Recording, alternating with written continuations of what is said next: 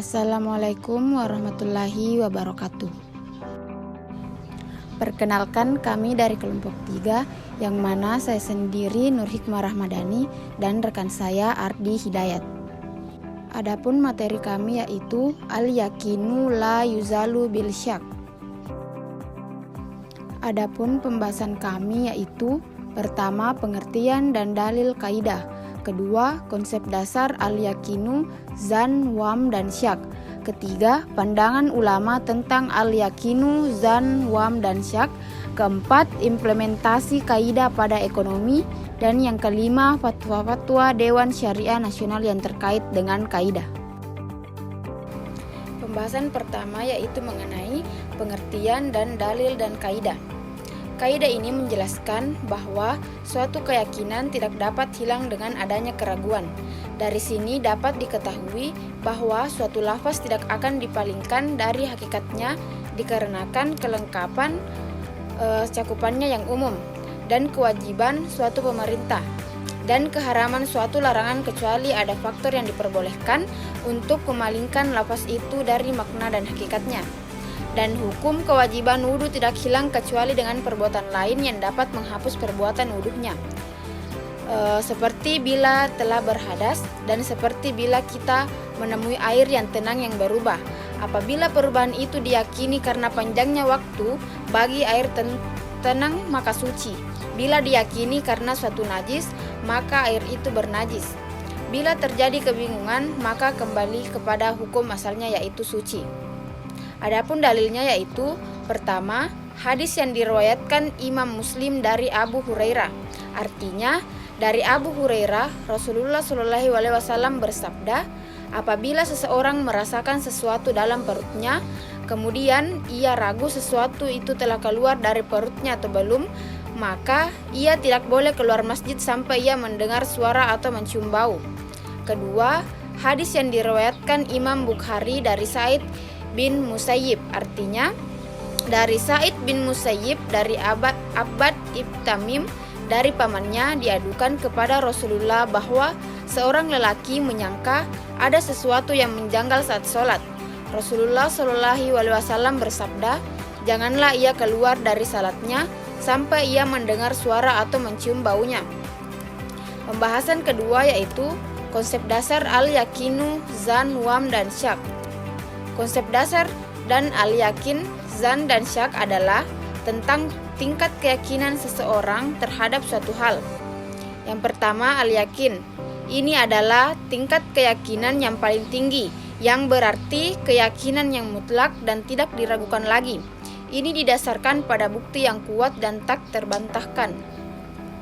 Kedua, zan. Zan adalah keyakinan yang didasarkan pada dugaan atau perkiraan. Ini adalah tingkat keyakinan yang lebih rendah dari al-yakin karena tidak didasarkan pada bukti yang kuat. Ketiga, wam.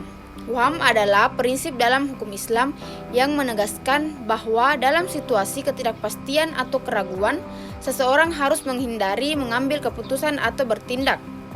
Ini berarti jika seseorang tidak yakin tentang sesuatu lebih baik untuk tidak mengambil resiko atau mengambil tindakan yang mungkin bertentangan dengan hukum Islam. Kaidah ini mencerminkan tindakan yang mungkin bertentangan dengan hukum Islam. Kaidah ini mencerminkan prinsip kehati-hatian dalam agama Islam yang menekankan pentingnya menjaga kebenaran dan menghindari kesalahan dan tindakan dan keputusan. Keempat, syak. Syak adalah keraguan atau ketidakpastian terhadap suatu hal. Ini adalah tingkat keyakinan yang paling rendah dan menunjukkan bahwa seseorang tidak yakin atau ragu-ragu tentang kebenaran atau kepastian sesuatu. Dalam Islam, tujuan utamanya adalah mencapai al-yakin, yaitu keyakinan yang mutlak dan tidak diragukan lagi, sementara menghindari zan atau dugaan dan syak atau keraguan. Baik, saya akan melanjutkan pembahasan selanjutnya yaitu 3. Pandangan ulama tentang al-yakinu, zan, waham, dan syak. Yang pertama, al-yakinu. Menurut Ibnu Manzur, dalam kamusnya lisan al-Arab, yaitu pengetahuan merupakan antonim dari al-syak, sedangkan menurut terminologi yaitu keyakinan yang kokoh dan sesuai dengan kenyataan. Al-Suyuti mengatakan al-yakin adalah sesuatu yang tepat dan pasti. dapat dibuktikan melalui penelitian dan penyertakan bukti-bukti yang mendukungnya. Kedua, zan. Imam Abu Ishaq Asy-Syirazi, seorang ahli usul fikih mazhab Syafi'i, membagikan pengetahuannya tentang azan, yakni yang artinya persangkaan ialah menghadapi dua kemungkinan di mana salah satunya lebih kuat. Menurut Imam Al-Qutbi, zan dalam syariat ada dua, terpuji dan tercela. Zan terpuji adalah yang tidak membahayakan agama orang yang berpersangka dan orang yang menjadi seseorang persangka ketika itu sampai kepadanya. Sementara zan tercela adalah kebalikannya. Mengelaborasi pengertian prasangka, Imam Sufyan Ats-Tsauri juga menyatakan prasangka itu ada dua jenis, prasangka yang mendatangkan dosa dan prasangka yang tidak mendatangkan dosa. Yang pertama dilakukan oleh yang berprasangka dengan menampakkannya melalui ucapan. Yang kedua dilakukan oleh orang yang hanya berprasangka dalam hati.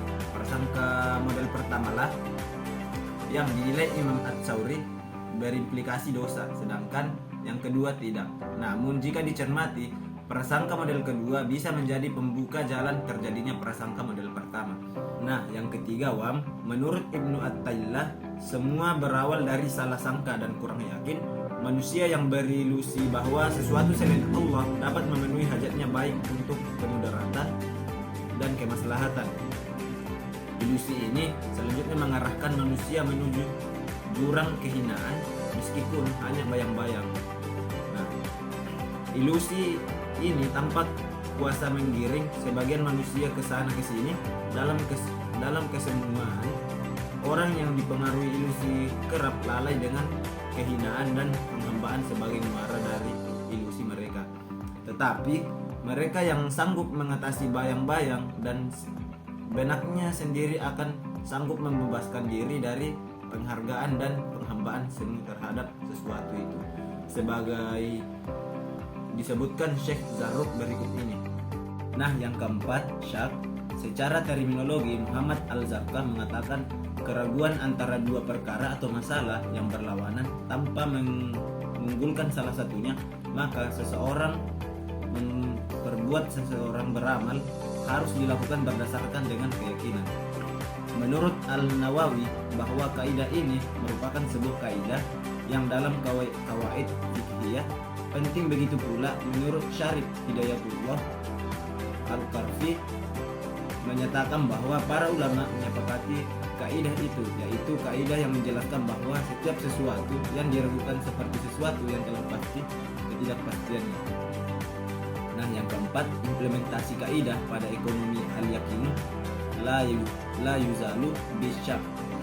Implementasi kaidah ini dalam ekonomi mengacu pada prinsip bahwa kepastian tidak boleh digantikan oleh keraguan. Dalam konteks ekonomi, ini berarti pengambilan keputusan harus didasarkan pada informasi yang jelas dan kepastian yang memadai. Misalnya, para pelaku ekonomi harus memiliki kepastian hukum dan regulasi yang stabil untuk membuat investasi dan merencanakan strategi bisnis dengan percaya diri. Kehadiran ketidakpastian dapat menghambat investasi dan pertumbuhan ekonomi karena dapat menciptakan keraguan dan ketidakpastian di pasar. Oleh karena itu, implementasi kaidah ini mengharuskan pemerintah dan institusi lainnya untuk menciptakan lingkungan yang mendukung kepastian dan stabilitas ekonomi. Nah, pembahasan yang kelima, fatwa-fatwa dengan syariah nasional yang terkait dengan kaidah al-yaqinu la yazalu bisyak. Fatwa-fatwa dari Dewan Syariah Nasional yang terkait dengan kaidah al-yaqinu la yazalu bisyak seringkali berkaitan dengan masalah keuangan dan ekonomi.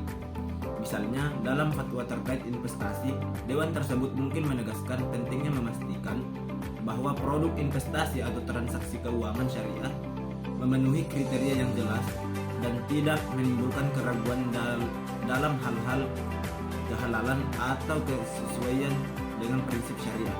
Fatwa tersebut juga mungkin memberikan panduan tentang bagaimana menghindari keraguan dan ketidakpastian.